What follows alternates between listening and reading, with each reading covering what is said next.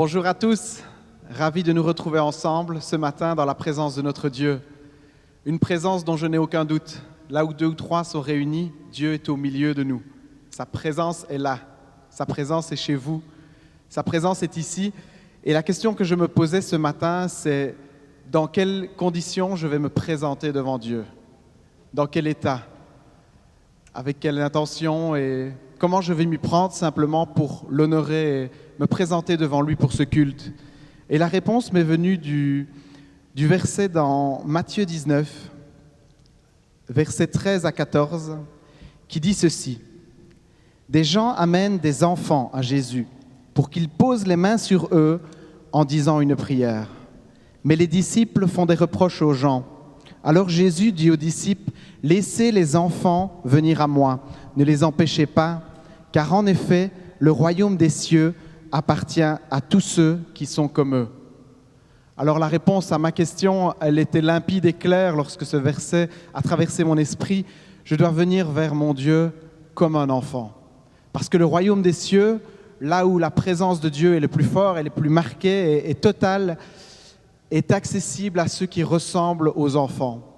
Donc mon cœur, je dois le disposer devant Dieu comme un enfant l'aurait fait. Comme un enfant l'aurait fait devant son père, devant sa mère, léger, simple, spontané, sans crainte. Peu importe peut-être les choses dont j'aurais honte, les choses qui me feraient un frein, une barrière dans cette relation entre moi et Dieu.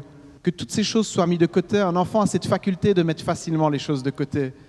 Nous, adultes, nous avons tendance à avoir le cœur un peu plus endurci, la peau un peu plus dure, comme la pommette de nos mains qui ont travaillé, qui ont vécu des tas de choses. Ça a tendance à être plus dur, moins souple, plus fermé, peut-être à cause de toutes nos connaissances, toutes nos expériences, toutes les choses que nous avons déjà ruminées. Mais ce matin, j'ai vraiment sur le cœur de partager avec nous, présentons-nous avec un cœur léger, un cœur d'enfant. Alors j'aimerais simplement lire un tout petit passage d'un livre qui me tient fort à cœur, qui est le livre d'Alain Auderset, Promenade dans la forêt, Rendez-vous dans la forêt plus exactement, où il y décrit ces différents rendez-vous intimes avec Dieu. Il a l'habitude de se promener dans la nature le plus souvent et de rencontrer son Dieu de cette façon-là, de prier. Alors, je vais simplement lire un de ces petits passages qui ne manquent jamais d'humour, qui dit ceci. « Sur le chemin, dans un moment d'inattention, je lui sers parfois tout un couplet de phrases creuses, comme « Oh, merci sois-tu, Seigneur » ou « Oh, mon Dieu ». Et d'ailleurs, c'est pourquoi ce « Oh » déjà? Ah, imaginez quelqu'un qui vous parle comme ça. C'est trop nul. Il mérite bien mieux que ça. Je ne suis pas ici pour faire mes devoirs de prière, mais pour chercher Dieu sincèrement. Oui, chercher Dieu sincèrement, au-delà des phrases, de comment je vais lui dire les choses, de comment on attend peut-être que je me comporte dans la présence de Dieu, ou comment mon expérience m'a marqué et fait que j'ose venir ou pas d'une telle façon dans la présence de Dieu. Il est là et il nous accueille. Alors n'ayons pas peur de nous présenter devant lui, n'ayons pas peur d'avoir des mots maladroits, n'ayons pas peur d'avoir les mots qui sortent du cœur. C'est que nous avons vraiment besoin de partager dans la relation avec lui, parce qu'il va nous donner tout ce dont nous avons besoin et il nous connaît. Alors présentons-nous devant lui ce matin comme des enfants. Nous allons prier pour accueillir la présence de Dieu et pour nous préparer aussi à rentrer dans sa présence. Seigneur mon Dieu, je te remercie pour ta présence, Seigneur, qui change tout. Merci parce que tu as été là du matin au soir, chaque jour de cette semaine. Et en ce 7e jour, Seigneur, nous voulons te consacrer toute notre attention et tout notre cœur. Seigneur, merci de peut-être casser les barrières qui m'empêchent de m'approcher réellement de toi, Seigneur Jésus. Toutes ces pensées, toutes ces habitudes peut-être qui sont là et qui sont au final creux. Je veux, Seigneur, ce matin un rendez-vous réel avec toi. Un rendez-vous profond, Seigneur, où tu viens me parler, où tu viens toucher mon frère, ma sœur, Seigneur. Que tu puisses, Seigneur, nous privilégier d'une relation, Seigneur, où nous n'avons pas peur, où nous n'avons pas honte de nous approcher de toi, car tu nous accueilles avec les bras remplis d'amour et remplis de provisions pour nous ce matin. Alors que ta parole, qu'elle soit là pour nous relever, pour nous encourager, pour nous consoler, Seigneur, puisse simplement nous faire du bien, Seigneur. Et fais ce que tu as à faire, Seigneur, au milieu de nous. Merci pour qui tu es et merci pour ce que tu vas faire. Au nom de Jésus. Amen. Amen. Alléluia. Bonjour Église Pleine Vie, nous sommes très heureux de passer ces moments avec vous ce matin. Nous allons louer, adorer le Seigneur. Je vous invite à ce que vous puissiez vous lever et que nous puissions rentrer, comme Jérémie l'a dit, dans la présence de Dieu, simplement parce qu'il a fait de nous une génération, la génération qu'il a choisie. Et vraiment, nous voulons le louer de tout notre cœur. Je sais qui je suis. Amen.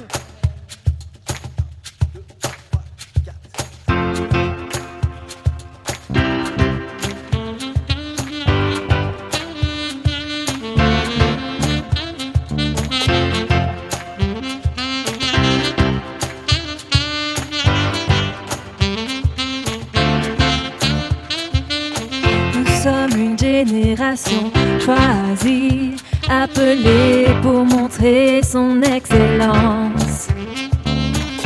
Tout ce dont j'ai besoin, Dieu me l'a donné et je sais qui je suis.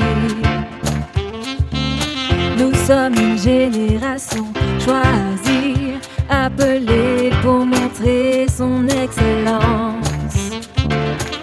Tout ce dont j'ai besoin, Dieu me l'a donné et je sais qui je suis. Je sais qui je suis en Christ, ce que j'ai en Christ, où je suis en Christ. Je sais qui je suis, je sais qui je suis en Christ, ce que j'ai en Christ, où je suis en Christ. Je sais qui je suis, je marche avec puissance, j'accomplis des miracles, je vis une vie de faveur, car je sais qui je suis. Je marche avec puissance, j'accomplis des miracles, je vis une vie de faveur, car je sais qui je suis. Oh, oh, oh, oh, oh. Je sais qui je suis. Oh, oh, oh, oh, oh. Je sais qui je suis. Nous sommes une génération choisie, appelée pour montrer son excellence. Tout ce dont j'ai besoin, Dieu me l'a donné et je sais qui je suis. Nous sommes une génération choisie, appelée pour montrer son excellence. Tout ce dont j'ai besoin, Dieu me l'a donné et je sais qui je suis. Je sais qui je suis en Christ, ce que j'ai en Christ, où je suis en Christ. Je sais qui je suis, je sais qui je suis en Christ, ce que j'ai en Christ, où je suis en Christ. Je sais qui je suis, je marche avec puissance, j'accomplis des miracles, je vis une vie de faveur, car je sais qui je suis. Je marche avec puissance, j'accomplis des miracles, je vis une vie de faveur, car je sais qui je suis. Oh, oh, oh, oh, oh, oh. Je sais qui je suis. Oh, oh, oh, oh, oh. Je sais qui je suis. Je suis saint en Christ, justifié, joyau, précieux, comblé de ses richesses. Je marche avec puissance, j'accomplis des miracles, je vis une vie de faveur, car je sais qui je suis. Je marche avec puissance, j'accomplis des miracles, je vis une vie de faveur, car je sais qui je suis. Je marche avec puissance, j'accomplis des miracles, je vis une vie de faveur, car je sais qui je suis. Je marche avec puissance, j'accomplis des miracles, je vis une vie de faveur, car je sais qui je suis. Oh, oh, oh. oh, oh, je sais qui je suis, oh, oh, oh, oh, oh, je sais qui je suis, oh, oh, oh, oh, oh, je sais qui je suis.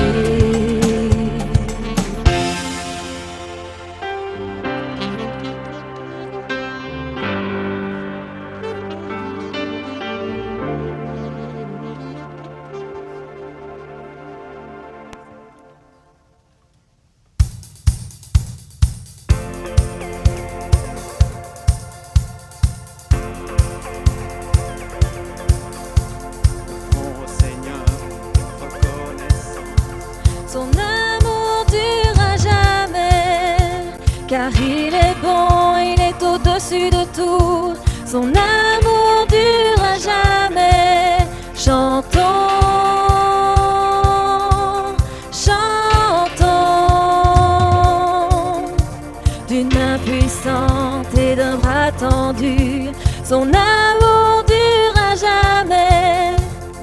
Il nous donne une vie nouvelle, son amour durera jamais. Chantons, chantons, chantons, chantons. À jamais Dieu est fidèle, à jamais Dieu est grand. À jamais Dieu est avec nous, à jamais, à jamais, à jamais. Du lever du soleil jusqu'à son couchant, son amour durera jamais. Par la grâce de Dieu, nous persévérons, son amour durera jamais. Chantons.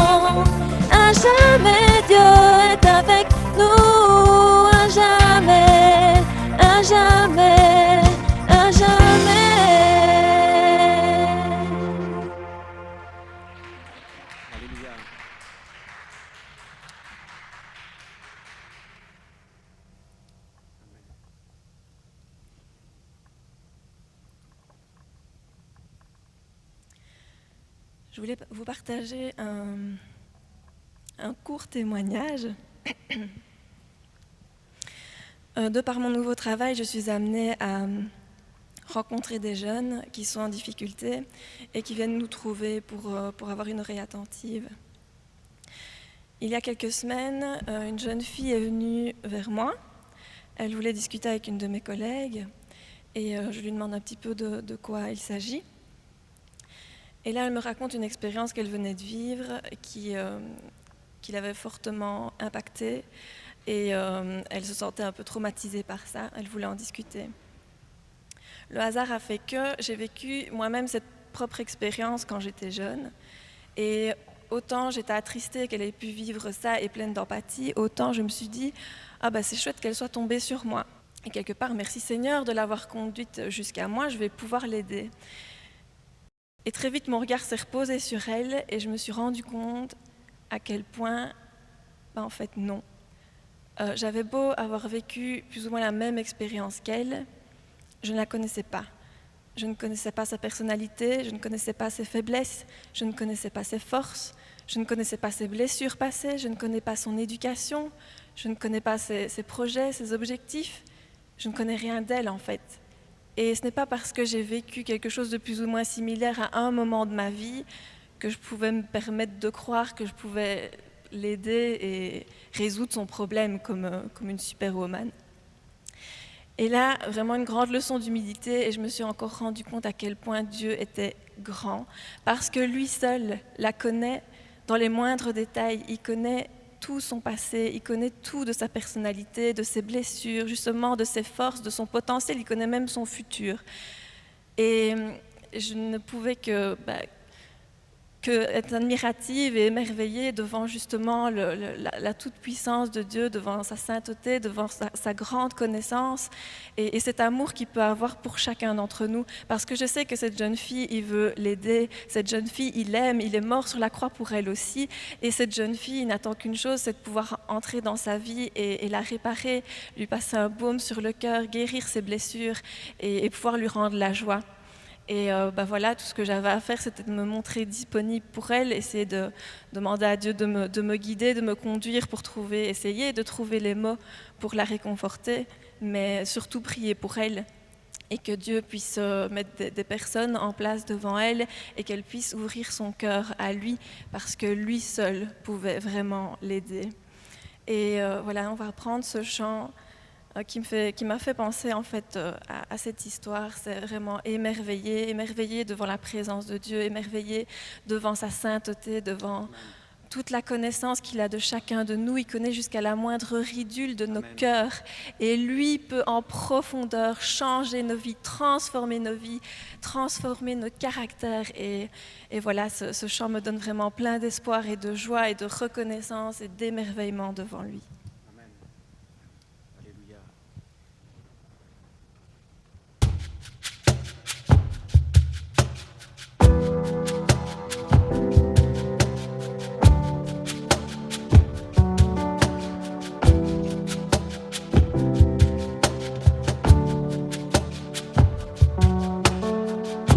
Émerveillé en ta présence, rien ne t'est impossible. Émerveillé en ta présence, ta joie me remplit d'espérance. Émerveillé en ta présence, rien ne t'est impossible. Émerveillé en ta présence, ta joie me remplit d'espérance. Il n'y a personne comme toi.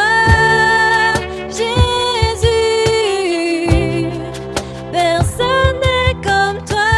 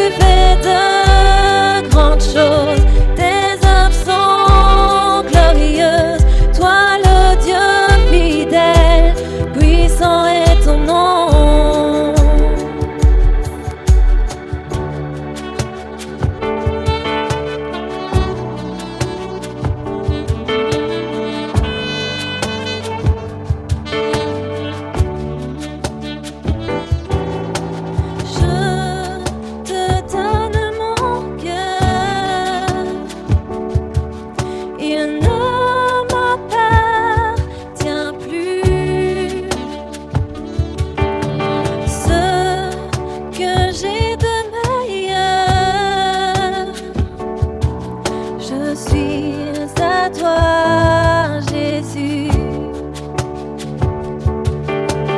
Un parfum de valeur sur toi.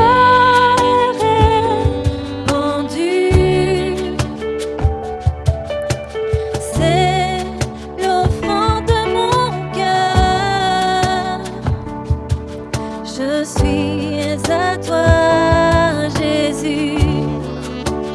Prends mon âme, prends mon cœur, je te donne tout. Prends ma vie, me voici, je te donne tout.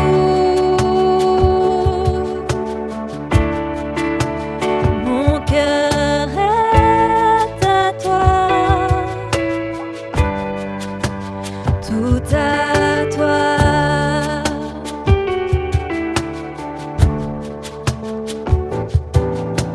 Je te donne mon cœur. Il ne m'appartient plus. Ce que j'ai de meilleur, tout est pour toi, Jésus. Un parfum de valeur sur toi répandu. C'est l'offrande de mon cœur. Je suis à toi, Jésus. Prends mon âme, prends mon cœur, je te donne tout. Je te donne tout. Prends ma vie, me voici, je te donne tout. Prends mon âme, prends mon âme, prends mon cœur, je te donne tout. Prends ma vie, Jésus, prends ma vie, me voici, je te donne tout. Mon cœur est à toi, tout à toi.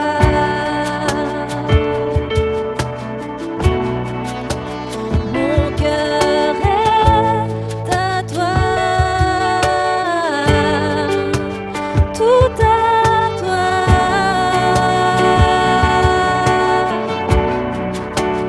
Mon cœur est à toi,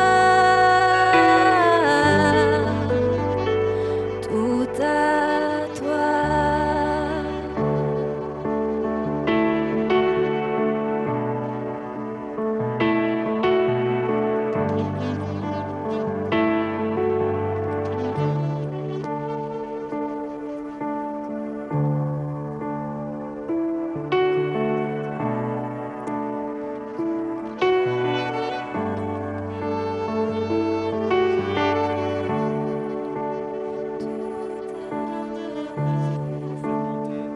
Notre louange ce matin comme un parfum de bonne odeur. Te dire que nous te donnons tout, Seigneur. Nous ne retenons rien, Seigneur.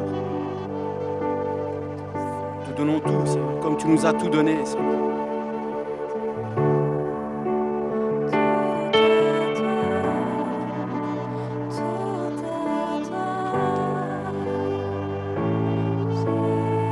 Prends mon âme.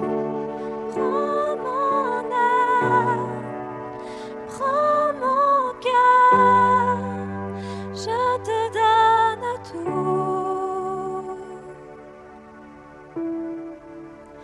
Prends ma vie,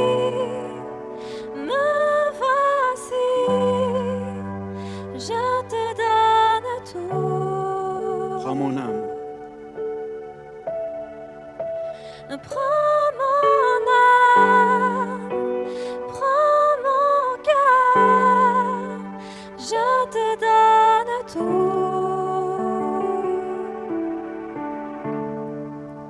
Prends ma vie, me voici, je te donne tout.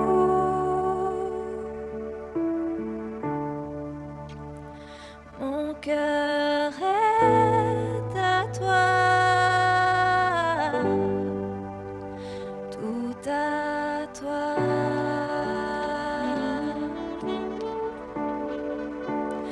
Mon cœur est à toi, tout à toi.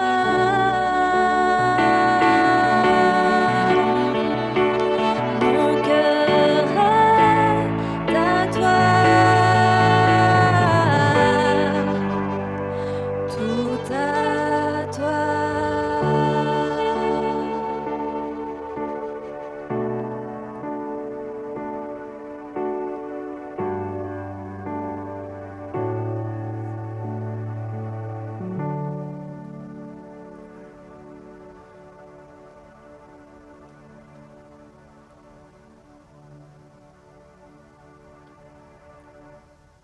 Alléluia. Seigneur, nous nous attendons à toi ce matin. Seigneur, tu es notre force. Nous voulons nous ressourcer auprès de notre Dieu. Par la puissance de son nom, il veut nous relever ce matin. Il veut nous fortifier. Car son amour ne change pas. Il est intarissable.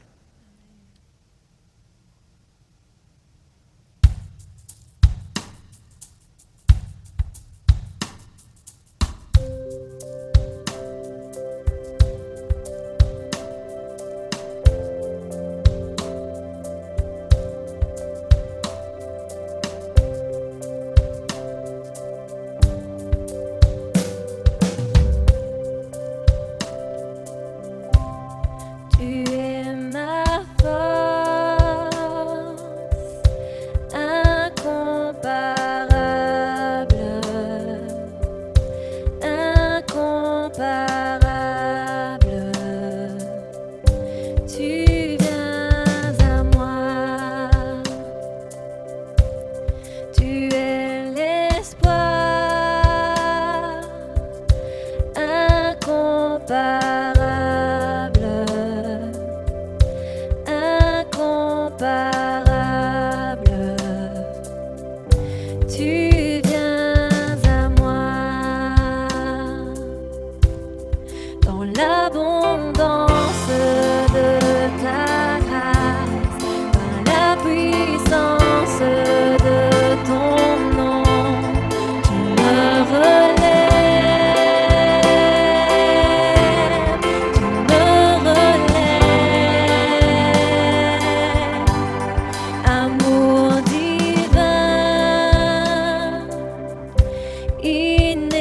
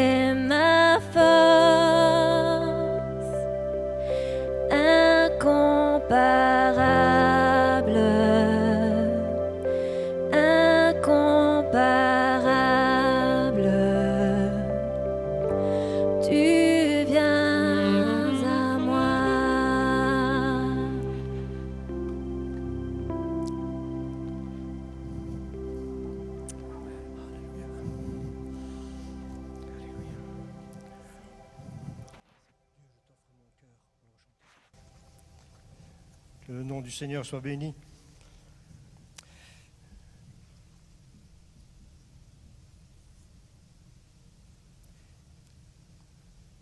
Après la naissance de Jésus,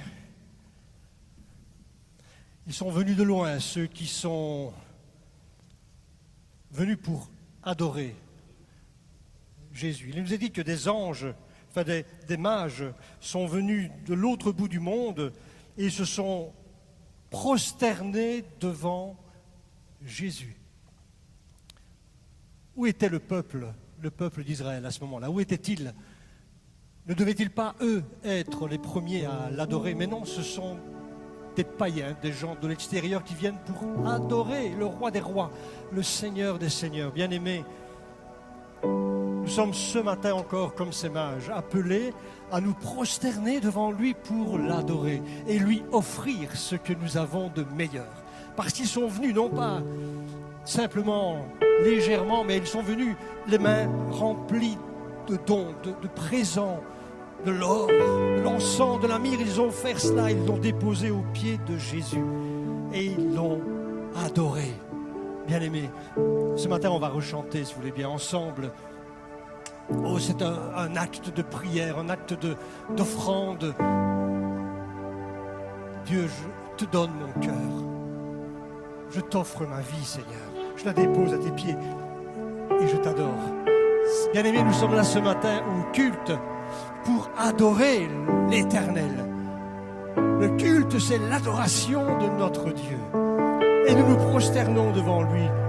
Physiquement peut-être, si vous êtes chez vous, assis peut-être mollement, mais rien ne vous empêche de vous mettre à genoux, ou peut-être de vous lever, peu importe l'attitude, mais venons avec un cœur offrant à Dieu le meilleur de nous-mêmes. Il y a plus de joie à donner qu'à recevoir. Alors que notre joie ce matin soit complète, soit parfaite, par le don parfait que nous allons lui donner, le meilleur de nous-mêmes. C'est ce qui est bon, agréable. Dieu, je t'offre mon cœur.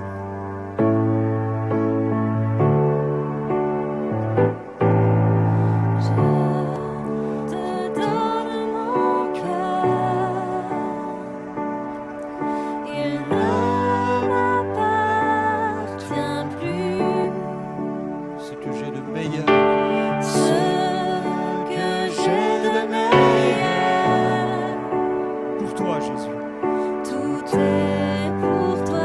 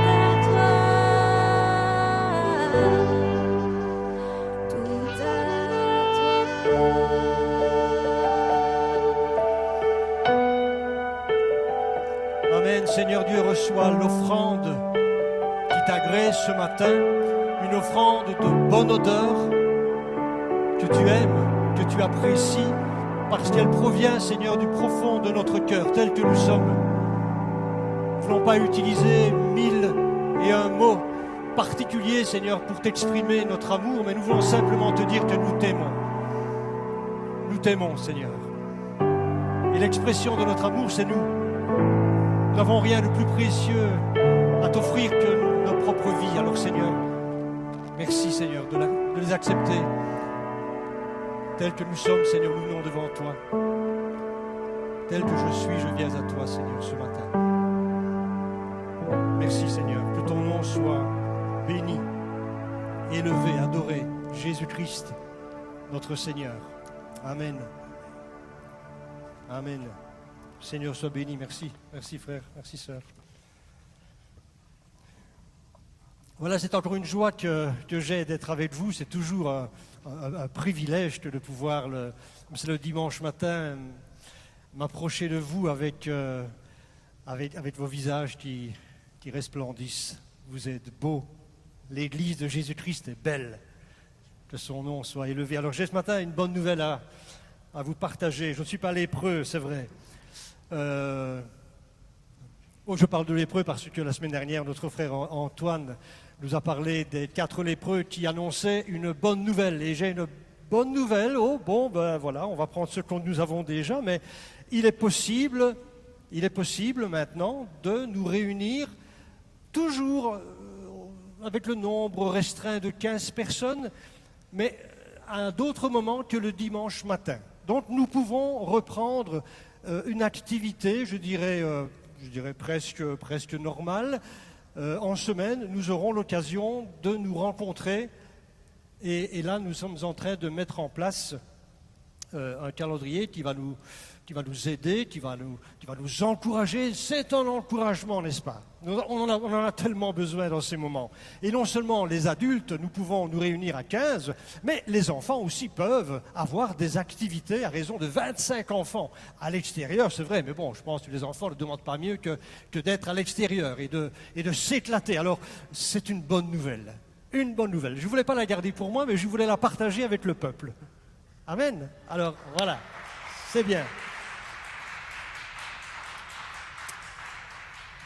Alors, mais par contre, j'ai un fardeau sur le cœur, bien-aimé. Voilà, c'est vrai, j'ai commencé par une bonne nouvelle. Oh, c'est pas que c'est une mauvaise nouvelle, ce n'est pas cela, mais vous savez, en tant que pasteur de la communauté, un pasteur, bon, c'est un berger, et bon, je vous considère un peu comme étant mes bien-aimés. Hein. Souvent, j'utilise cette expression et je le pense véritablement. Vous êtes bien-aimés de Dieu, et je bénis le Seigneur parce que il m'a permis de vous accompagner, mais je dois reconnaître que ces derniers temps, je vis une certaine tristesse, je vis une certaine lourdeur, un fardeau probablement, qui est lié au mal-être de plusieurs d'entre nous.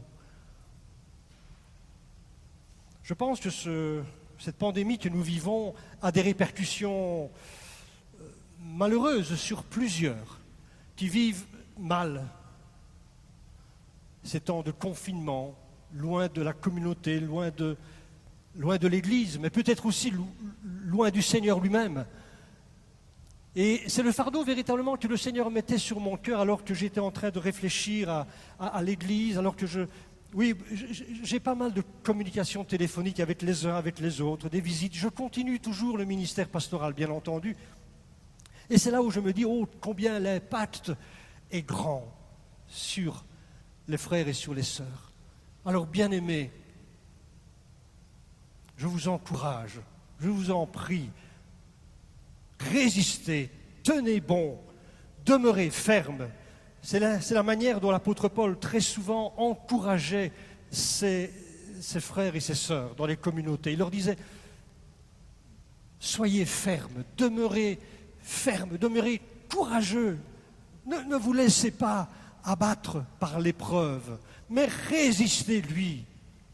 Demeurez ferme dans l'espérance, demeurez ferme dans la parole de Dieu, demeurez ferme dans la prière, demeurez ferme dans l'exhortation, demeurez ferme dans le service, demeurez ferme simplement dans la foi chrétienne. Je vous ai déjà parlé, n'est-ce pas, de cette jeune femme de 27 ans qui un jour a été arrêtée alors qu'elle était simplement chrétienne et elle manifestait sa foi, mais au XVIIIe siècle, c'était interdit d'être protestant. Donc cette femme, Marie Durand, a été enfermée pendant 38 ans dans une prison, dans une tour, avec d'autres femmes. 38 ans. Nous n'avons qu'un an d'enfermement, pourrait-on dire, enfin de semi-enfermement. Mais cette femme, pendant ces 38 ans, a vu toute sa vie défiler et elle a sculpté d'ailleurs sur la pierre un terme, un mot. Et vous pouvez, si vous allez à Aigues-Mortes dans le sud de la France, vous allez voir ce mot qui est inscrit là sur le mur, résister. C'était le maître mot qu'elle avait pour l'Église et pour ceux qui peut-être allaient lui succéder. 38 ans en prison, résister, a-t-elle dit. Bien-aimés, je vous encourage, résistez dans ces temps difficiles. Ne perdez pas la foi, ne vous laissez pas décourager.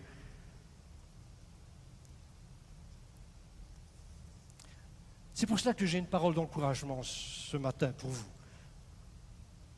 Voilà, j'avais cela sur le cœur et ma prière, c'était Seigneur, qu'est-ce que je peux apporter, qu'est-ce que je peux donner comme parole pour fortifier, pour garder le troupeau fort en Christ Jésus. Et vous savez, vous connaissez peut-être YouVersion, YouVersion. C'est une application qui est téléchargée. Elle a déjà été téléchargée près de 200 millions de fois. Et parmi les frères et sœurs chinois qui vivent la persécution, et je pense que demain, leur persécution sera encore plus grande, parce que c'est un régime qui durcit le ton. Mais le verset préféré des Chinois que les chrétiens ont téléchargé, c'est celui que je vais vous partager ce matin.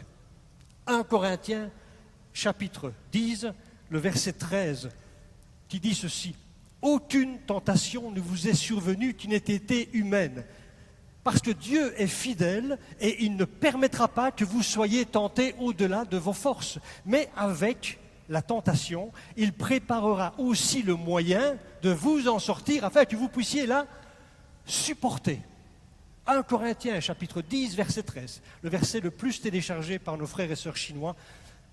Et s'ils le font, c'est probablement et certainement parce qu'ils sont dans l'épreuve. Alors je pense que ce texte est là aussi pour ce matin nous parler. J'ai eu l'occasion, avec Chantal d'ailleurs, il y a quelque temps d'ici, enfin je dirais quelques petites années, de poser les pieds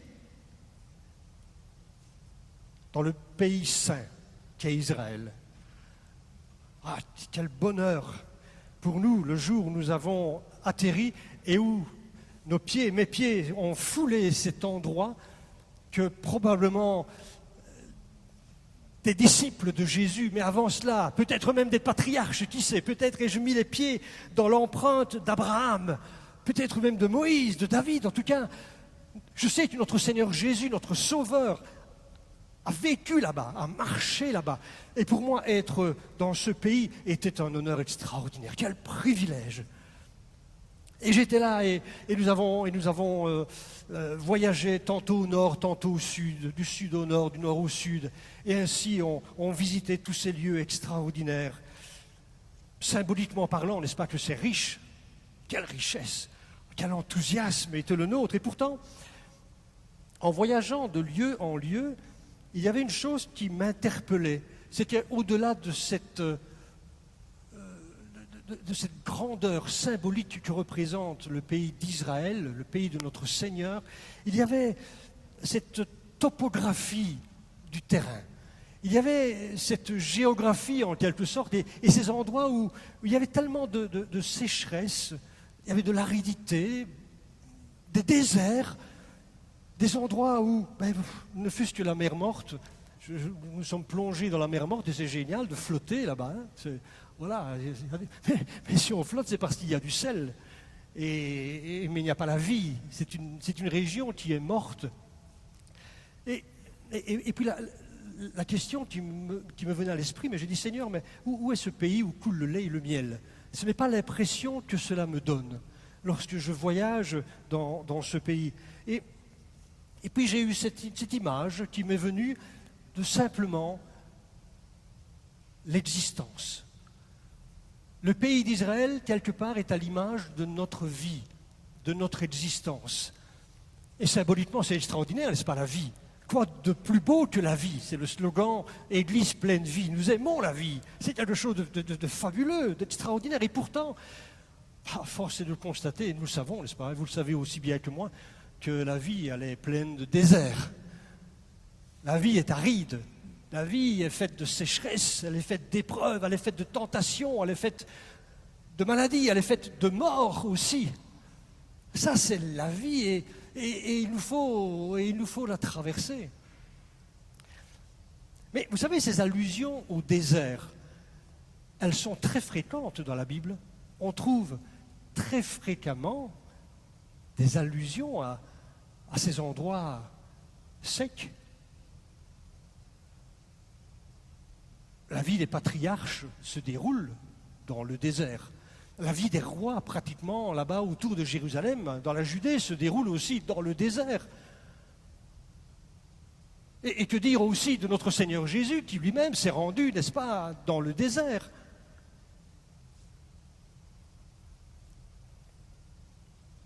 Il y a un nombre souvent qui revient, qui est le nombre de la souffrance, le nombre de la tentation. Dans la symbolique juive, c'est le nombre 40. Et très souvent, ce nombre 40 est associé au désert. On parle des 40 ans du peuple de Dieu qui a traversé le désert. On parle des 40 jours de Moïse qui se rend dans le désert, des temps de jeûne. On parle des 40 jours d'Élie aussi qui est dans le désert, dans des temps de jeûne. Et bien sûr, on ne peut pas s'empêcher de faire référence à notre Seigneur Jésus qui est resté 40 jours dans le désert aussi pour y être tenté par le diable.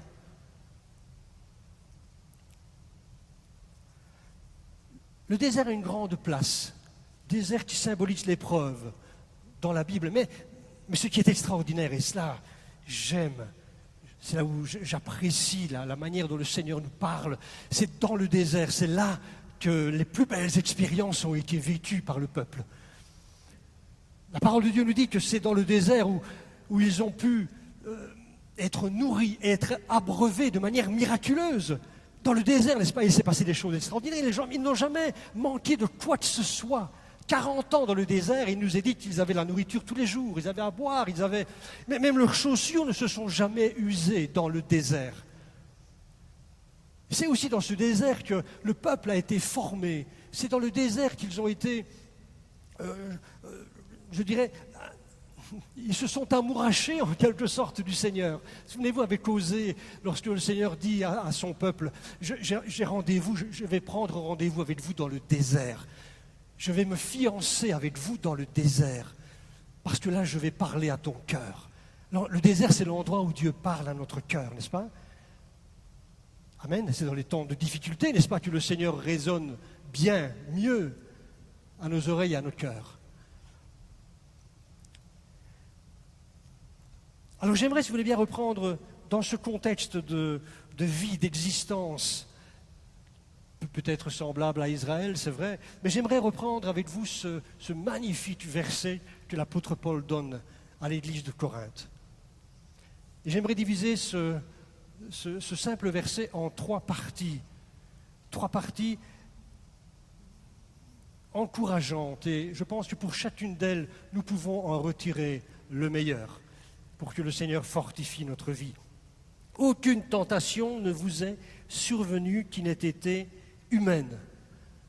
Bien-aimés, la première chose qu'il nous faut savoir, c'est que le terme tentation a une signification qui n'est ni positive ni négative. Il n'y a pas de connotation positive ou négative dans le terme tentation. C'est un terme neutre, en quelque sorte. Le terme tentation signifie simplement test, examen, épreuve. Épreuve dans le sens d'examen. Tenter signifie mettre à l'épreuve, tester quelqu'un. Donc il n'y a pas de connotation derrière ce terme tentation. Et tantôt il est utilisé sous la forme du mot tentation, parfois il est utilisé sous le mot épreuve, mais c'est le contexte qui donne la signification. Mais le mot originel est identique. Donc, parfois, nous, on passe du temps à essayer de savoir, mais d'où vient cette épreuve et d'où vient cette tentation? Comme si, systématiquement, on attribuait à Satan, la tentation, et puis l'épreuve, on l'attribuait aux circonstances, je dirais, malheureuses de la vie, parfois même en y excluant Dieu, comme si Dieu n'était pas omniscient, omniprésent, omnipotent. Dieu a toutes les caractéristiques qui font que rien ne se passe, rien ne se vit, rien ne s'exécute sans que ce ne soit quelque part la volonté de Dieu. Que Dieu le fasse ou que Dieu le permette, Dieu est toujours un acteur.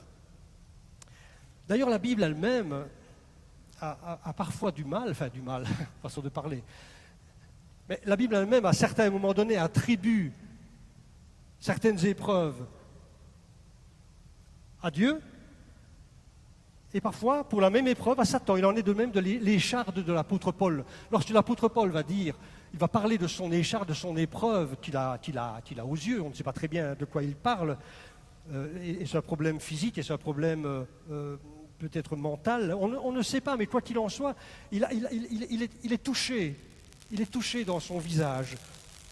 Et il dit, Satan m'a souffleté. C'est lui qui m'a fait du mal. Et à d'autres moments, il est dit que c'est Dieu qui l'a voulu, qui l'a permis pour que je ne m'enorgueillisse pas.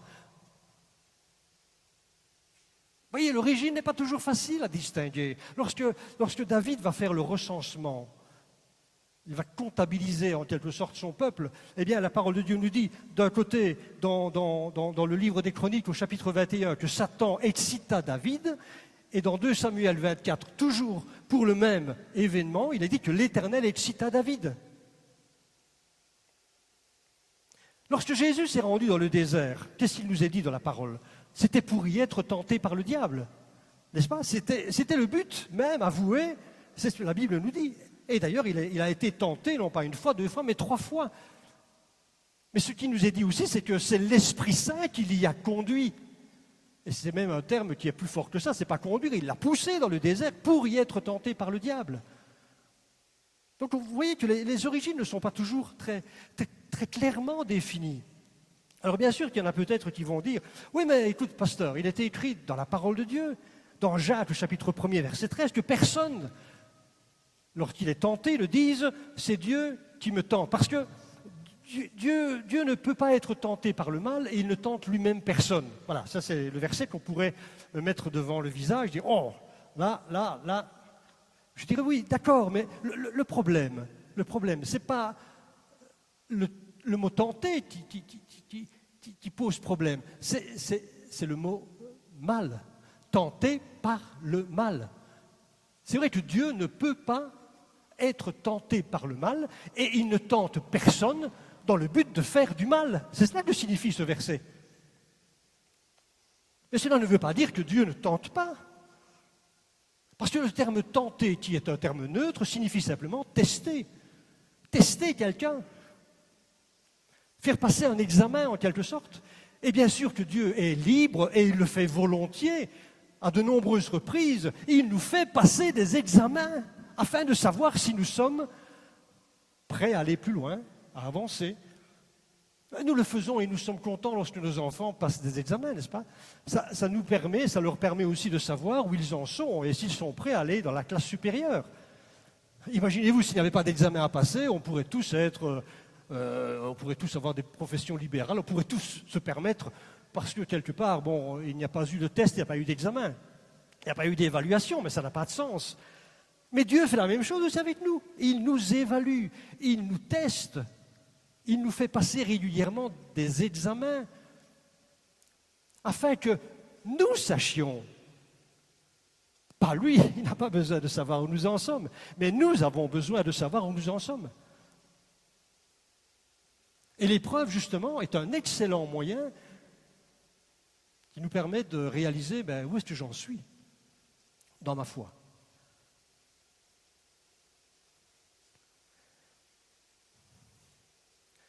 L'épreuve est une question de survie spirituelle. Si vous ne mettez pas une alarme à incendie chez vous, ça peut être très dangereux. Parce que quand un petit foyer naît, s'il y a une alarme, à ce moment-là, vous êtes prévenu que quelque chose ne va pas. Il en est de même pour l'épreuve. Il y a certaines tentations qui sont là pour nous montrer l'état de notre cœur. L'état spirituel. Alors bien sûr, bien entendu, chers amis, il est important de discerner les causes et les origines de la tentation, parce que cela va nous permettre de mieux utiliser les armes spirituelles qui sont en notre possession, n'est-ce pas? Nous avons des armes spirituelles, nous avons des armes pour combattre et pour réagir lorsque l'épreuve ou la tentation vient. Mais ce n'est pas là le but essentiel de l'épreuve. Et parfois, nous avons un mauvais combat. Le but essentiel, le vrai défi qui s'offre à nous, ce n'est ni de distinguer d'où vient l'épreuve, si c'est une épreuve, si c'est une tentation, est-ce que c'est une origine diabolique, est-ce que c'est une origine divine, peu importe. Ce ne sont pas les choses les plus importantes. C'est un faux débat, cela. Vous savez, aujourd'hui, on entend n'importe quoi, on entend tout et son contraire. Aujourd'hui, on nous dit que cette pandémie, c'est l'œuvre du diable, c'est l'œuvre de l'antichrist. Il va poser des puces dans l'injection. J'ai été vacciné d'ailleurs. Il est possible que j'ai déjà là. Mais écoutez, c'est pas un problème, ça. C'est pas un problème. Voilà, on nous dit que cela, c'est l'œuvre du grand Satan. Puis parfois on nous dit, c'est l'œuvre de Dieu. C'est une épreuve que Dieu envoie pour tester son peuple. C'est une épreuve que Dieu envoie pour mettre le monde en alerte. Une sorte de haut-parleur qui parle au monde. Faites attention, vous voyez qu'un petit grain de poussière peut vous détruire. Mais le vrai combat ne réside pas dans le fait de savoir d'où vient l'épreuve. De toute façon, nous ne le saurons jamais. Nous ne le savons pas. Le véritable défi, c'est celui-ci. C'est de savoir quel sens, quelle orientation, quelle direction je vais, moi, donner à cette épreuve. La personne qui va décider de l'avenir, ce n'est ni Satan, ni Dieu, c'est moi. C'est moi qui vais me positionner par rapport à cette épreuve. Comment est-ce que je vais la vivre ? Et la manière dont je vais réagir face à la tentation, même si elle provient du diable, peu importe, elle en dira long sur l'état de mon cœur. Elle en dira long sur ma fidélité à Dieu. Elle en dira long sur la manière que j'ai de regarder une émission ou de regarder sur un écran des images qui défilent et qui manifestement ne plaisent pas à Dieu. Ce sera une manière peut-être de réaliser qu'est-ce que je peux faire dans l'attitude suivante. Je suis confronté, je dois signer un document là-bas, je dois remplir une feuille d'impôt, j'ai des besoins financiers, comment est-ce que je vais me comporter dans cet état? Je vis une injustice à mon travail. Oui, c'est une tentation, oui, c'est une épreuve. Et comment est-ce que je vais réagir par rapport à cela? Le problème, ce n'est pas l'épreuve, le problème, c'est moi et ma réaction, ma position. Soit une occasion de démontrer ma justice en Dieu, ou bien une incitation à faire le mal, à mal faire en quelque sorte. Et si je résiste par la puissance de Dieu, alors la tentation devient un examen qui atteste de ma fidélité. Mais si je ne résiste pas, alors c'est une incitation à mal faire ou encore à faire le mal. Vous voyez, l'issue de l'épreuve, elle dépend de moi et du regard que je vais porter sur elle.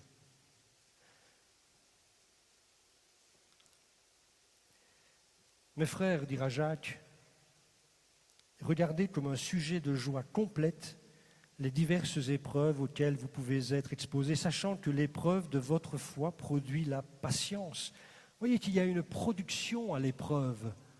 Elle produit la patience parce que j'ai réalisé que l'épreuve, elle est là en face de moi et mon positionnement face à elle va faire que je vais la traverser par la foi avec le Seigneur. Je tiendrai bon et j'irai de l'autre côté et je traverserai l'épreuve. Aucune tentation ne vous est survenue qui n'ait été humaine. Humaine signifie simplement, c'est une caractéristique de la race humaine. Bien aimé, tous les hommes de ce monde ont les mêmes tentations.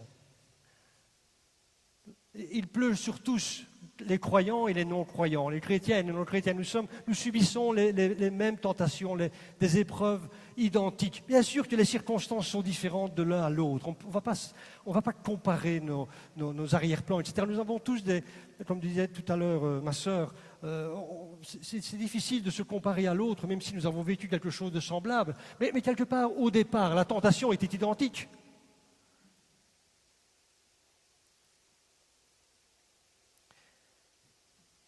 Mais c'est une épreuve, tentation humaine, c'est-à-dire qu'elle est normale, elle est commune à tous les humains, qu'ils soient croyants ou non. D'ailleurs, beaucoup de sciences, beaucoup de disciplines humaines, scientifiques, ont pour objectif de s'occuper justement des épreuves, des problèmes, des douleurs, de la maladie. La psychologie, la médecine, tout ça, ce sont des domaines qui traitent justement de l'épreuve et qui sont bénéfiques, n'est-ce pas? Mais nous savons très bien que la connaissance humaine est limitée. Nous avons le privilège, nous chrétiens, non seulement de voir les choses avec nos yeux, mais nous pouvons aussi les voir par l'esprit. Parce que nous savons que l'épreuve et la tentation sont aussi spirituelles et qu'il y a derrière ce que les gens du monde ne voient pas, il y a un monde spirituel qui est à l'œuvre. Et nous avons justement cette capacité de voir au-delà et de réagir en conséquence. Grâce de nouveau aux armes spirituelles que le Seigneur nous donne. Nous avons un privilège, même si l'épreuve est humaine, nous avons quand même un avantage. Et nous devons, bien aimés, profiter de cet avantage justement.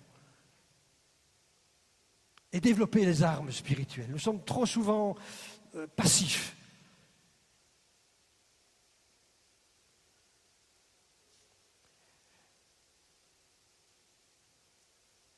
Puisque nous sommes tous atteints de la même manière, et je pense que dans l'Église aussi, nous sommes tous atteints de la même manière, vous savez.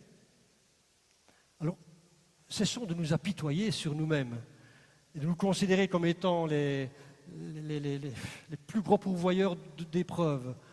Seigneur, vous savez, parfois on a un petit visage comme un canard noir, là. Vous avez déjà vu ça? Seigneur, encore moins, j'ai encore une épreuve.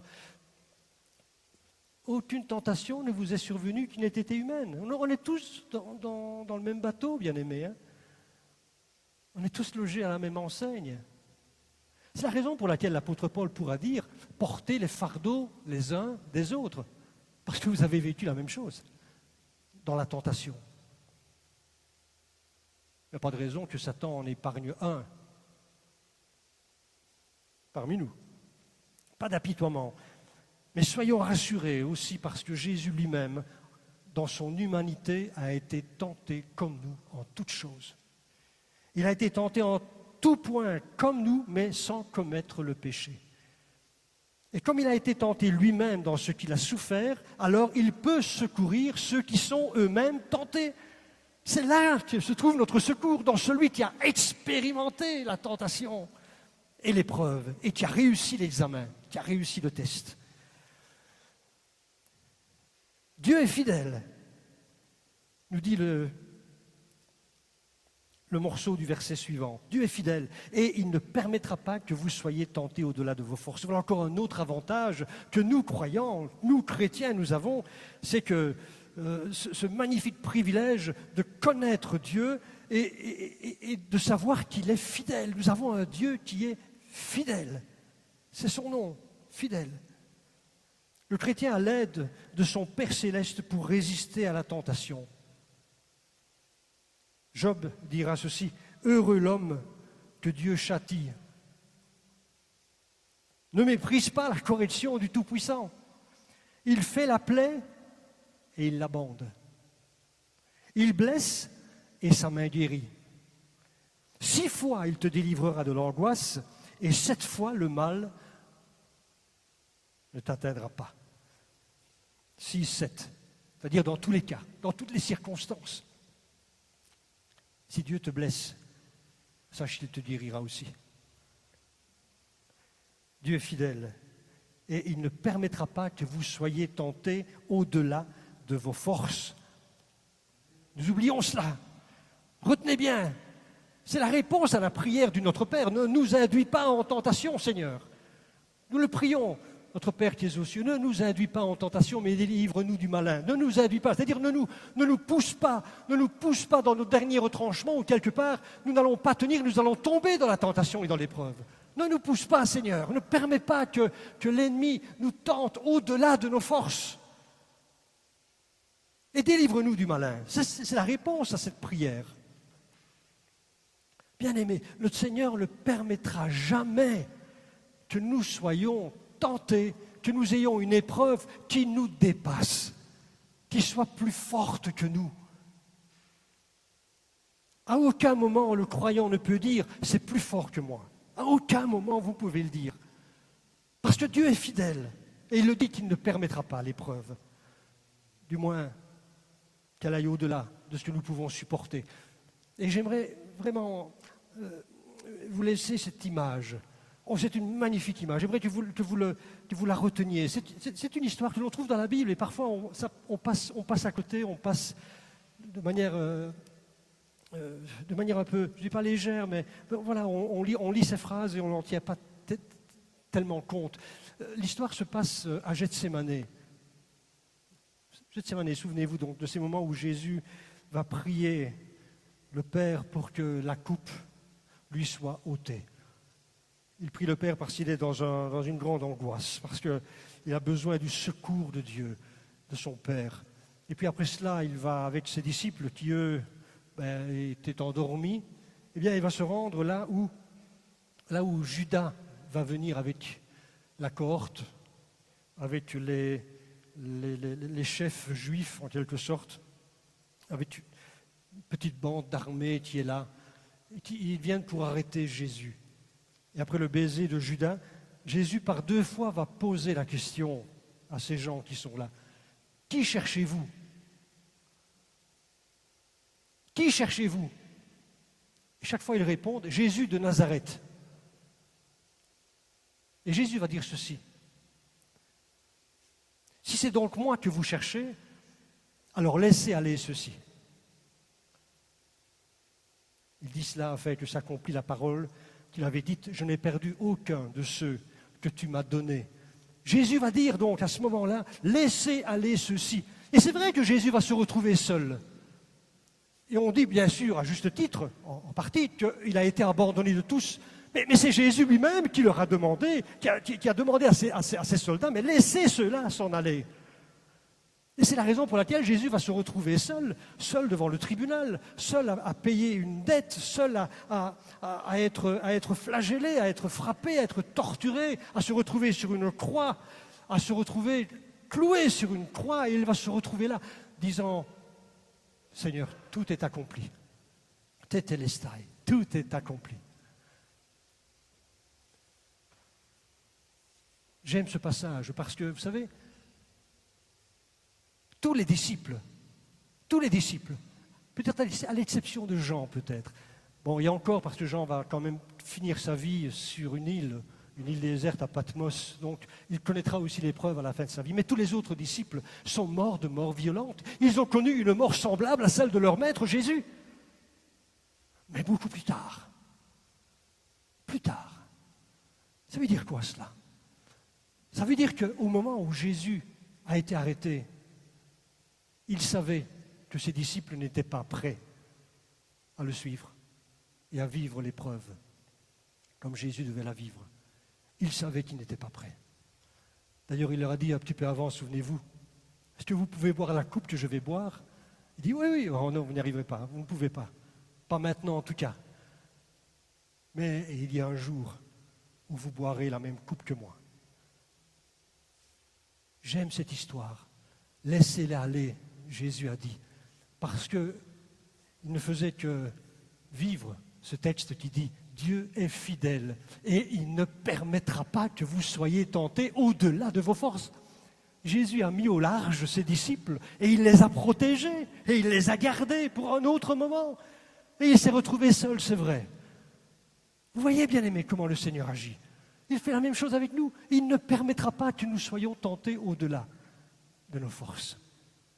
Mais, dira-t-il, pour terminer, avec la tentation, il prépare aussi le moyen d'en sortir, afin que vous puissiez la supporter. Alors, de quel moyen est-il question ici? C'est intéressant. Il préparera aussi le moyen d'en sortir. Vous avez remarqué qu'il est au singulier. Il n'y a qu'un seul moyen de sortir de l'épreuve. Il n'y en a pas 36. Il n'y a qu'un seul moyen de sortir de l'épreuve. Alors, peut-être que vous cherchez dans votre tête, mais c'est quoi le moyen? On va prier. Non, non, non. Le seul moyen, bien-aimé, de sortir de l'épreuve, c'est de la traverser. Le moyen de sortir de l'épreuve, c'est de traverser l'épreuve. Il y a une montagne qui est là devant nous. Qu'est-ce qu'on fait? On va la contourner? On va l'éviter? Non, le Seigneur nous dit que tu vas la traverser. Il y a un désert devant toi, tu fais quoi? Tu vas traverser le désert. Le peuple d'Israël a traversé le désert. Et c'est dans ce désert qu'il a appris des tas de choses. Le Seigneur nous invite à traverser l'épreuve, toujours. Mais la promesse, c'est qu'il nous donnera toujours ce qu'il faut, justement, pour la supporter. C'est là que se trouve la promesse. Il n'est jamais dit que le Seigneur va nous débarrasser de l'épreuve. Hein. Il n'est pas dit ça. Non, pas du tout. Ne pensez pas que simplement parce que vous allez prier, que vous allez sortir, vous allez quitter l'épreuve. Non, non, non, non. Vous allez traverser cette épreuve. Et la promesse de Dieu, c'est qu'il sera avec vous pour la traverser. Je suis avec toi tous les jours et je vais te donner tous les moyens, la force nécessaire pour que tu supportes et que tu traverses l'épreuve. Je ris parce que, vous savez, je fais une confidence là, mais vous avez peut-être déjà expérimenté cela quand vous étiez jeune. Hein. Voilà, on va passer un examen et quelque part, on est là, on va se retrouver devant le prof, on n'est pas toujours très sûr de soi et on se dit, bon, bah, je vais peut-être faire feindre de m'évanouir, on ne sait jamais, ça va peut-être... on essaie de trouver des échappatoires. Hein. Et je vous dis la vérité, il m'est déjà arrivé ici, quand je suis ici debout, parfois je suis à court d'arguments, je ne sais plus parler, je perds le fil et je réussis à réfléchir, à penser, je dis, je vais tomber, je vais m'évanouir, comme ça je serai tranquille. Vous avez déjà eu ça? Je ne sais pas. Mais pendant ce temps-là, je continue toujours à prêcher, hein, donc je ne me rends même pas compte de ce que je dis.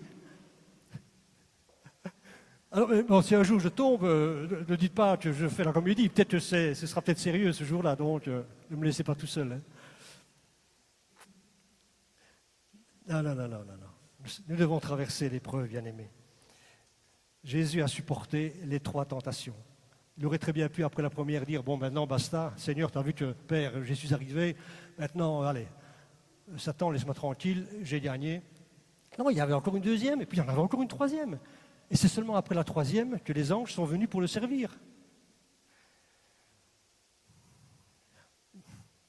Bien-aimés, tenez ferme dans l'épreuve. Tenez ferme. Résistez, bien-aimés. Résistez. Vous savez, le contexte dans lequel l'apôtre Paul va écrire ce merveilleux verset que nous connaissons peut-être par cœur. Pour les lecteurs de Matthieu, je vous avais demandé de l'étudier par cœur. Parce que c'est un verset que nous allons tellement utiliser, parce que les épreuves sont tellement nombreuses, mais le contexte dans lequel l'apôtre Paul va écrire ce magnifique verset est un contexte, il parle à l'église de Corinthe et leur dit, faites attention, parce que vous êtes trop sûrs de vous. Vous êtes présomptueux. Autrement dit, vous avez reçu la liberté en Jésus, vous avez reçu le salut, vous avez reçu la grâce. Et vous pensez que vous allez résister ainsi simplement parce que vous êtes né de nouveau? Peut-être que vous le croyez aussi. Tout à l'heure, quand je vous disais, faisons attention, parce que, bien aimé, j'ai une certaine appréhension pour plusieurs qui, quelque part, sont présomptueux, c'est-à-dire qu'ils pensent être suffisants que pour pouvoir résister aux tentations. Mais non, faites attention, bien aimé, que celui qui est debout prenne garde de tomber.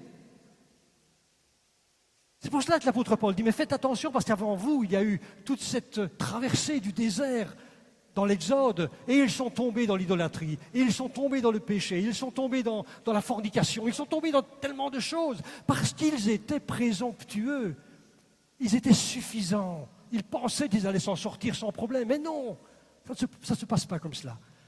Nous devons être vigilants. Et je pense que c'est cela, bien-aimé, qui doit résonner en nous. Soyez vigilants. C'est la raison pour laquelle les moyens de rester attachés et de tenir ferme, bien sûr, c'est d'abord la prière. C'est d'abord la prière, bien-aimé. Veillez et priez afin de ne pas tomber dans la tentation. Et déjà se mettre dans la prière, dans l'attitude de prière. Et si vous ne priez plus déjà depuis longtemps, bien-aimé, vous êtes en danger. Permettez-moi de vous le dire.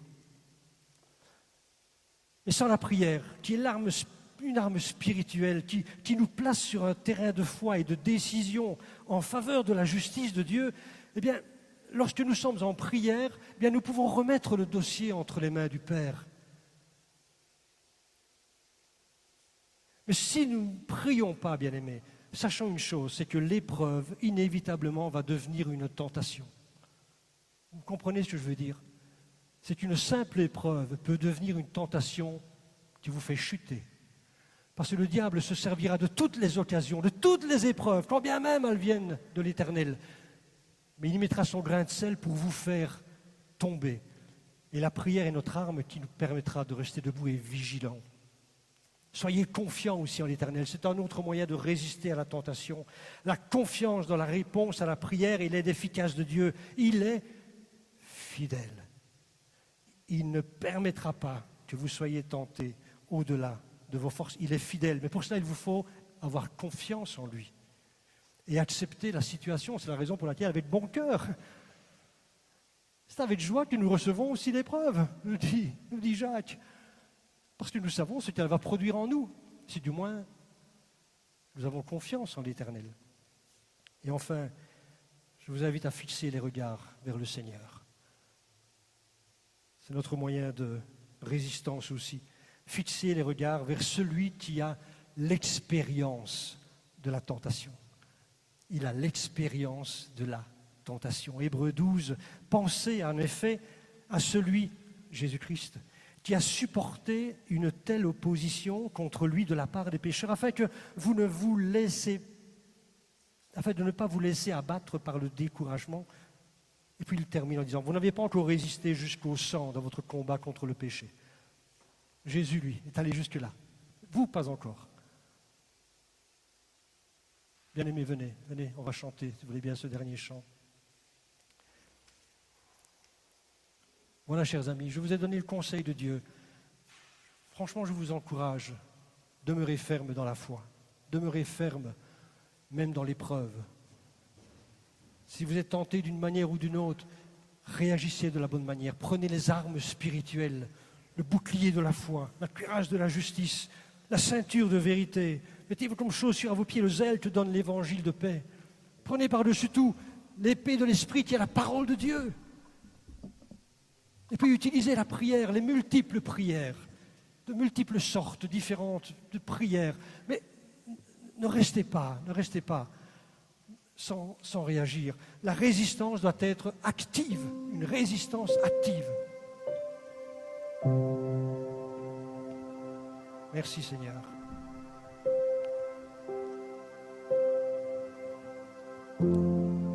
Seigneur, nous te bénissons et nous te rendons grâce.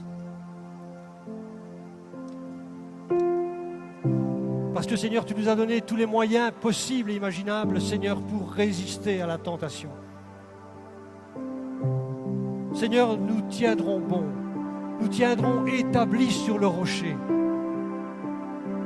Face à nos ennemis, nous célébrons ton nom, Seigneur. Nous tiendrons, pas parce que nous sommes forts assez, pas parce que nous sommes nés de nouveau, pas parce que nous avons une expérience dans le domaine. Non, nous tiendrons parce que tu es le rocher sur lequel nous nous tenons, Seigneur. Nous tiendrons parce que nous mettons notre confiance en toi, qui est un Dieu fidèle et qui ne permettra pas que nous soyons tentés au-delà de nos propres forces. Non, Seigneur. Seigneur, nous te demandons pardon pour notre suffisance. Nous te demandons pardon pour notre présomption. Nous te demandons pardon parce que trop souvent, Seigneur, nous reposons sur nos propres capacités, nos propres forces, notre propre confiance en nous-mêmes. Nous te demandons pardon, Seigneur. Nous nous humilions devant toi et reconnaissons que sans toi, nous n'y arriverons pas. Merci de nous avoir déjà gardés jusqu'à ce jour. Mais Seigneur, nous prions les uns pour les autres. Et bien-aimés, j'aimerais vous encourager ici dans la salle, derrière votre écran. Mettez-vous dans une attitude de prière et d'intercession les uns pour les autres. Priez les uns pour les autres, portez les fardeaux des uns des autres, intercédez les uns pour les autres.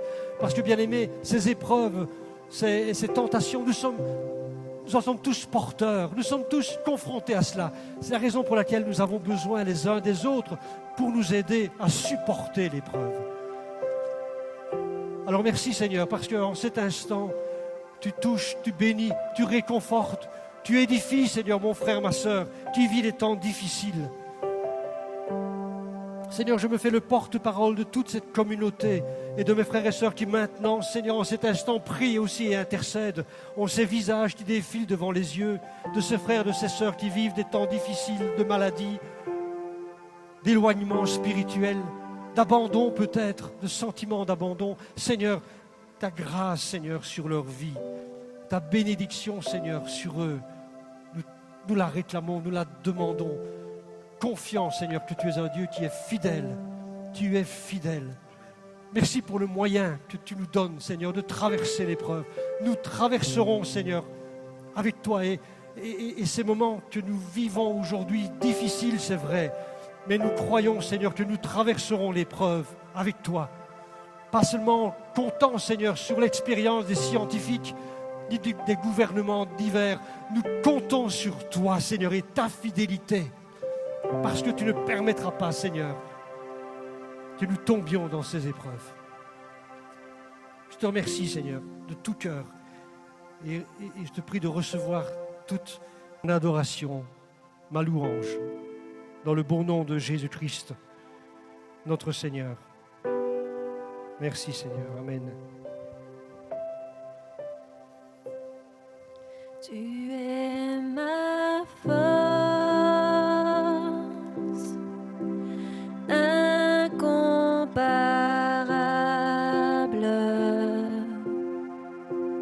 incomparable.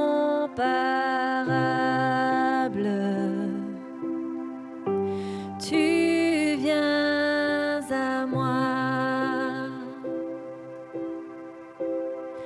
Tu es l'espoir incomparable,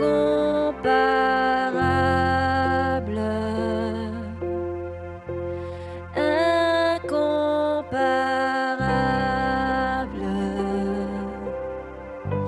Tu viens à moi. Dans l'abondance de ta grâce, par la puissance de Seigneur te ton relève ce matin. nom, tu me relèves, tu me relèves.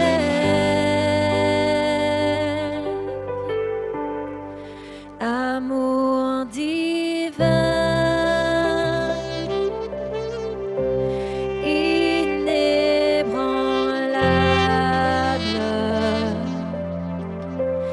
intouchable,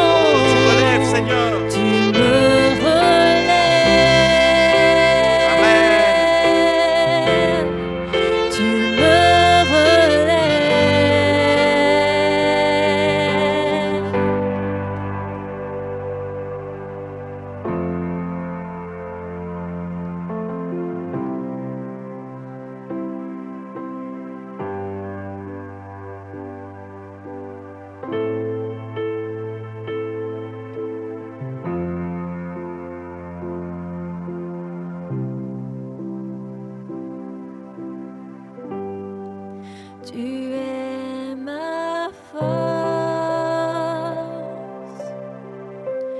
incomparable,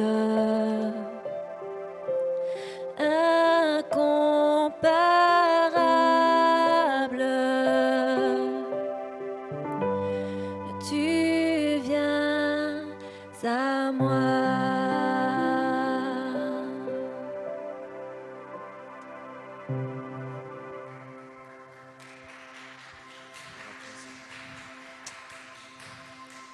Voilà, bien-aimés, nous arrivons doucement au terme de cette rencontre. Nous avons commencé par la prière d'offrande.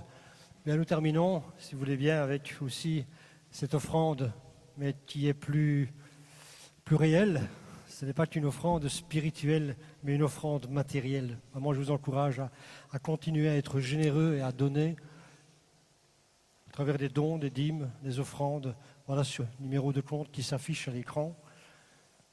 Bien-aimés, nous tenons dans l'Église Pleine Vie à faire en sorte que vous ayez les moyens de réagir et de ne pas rester seul.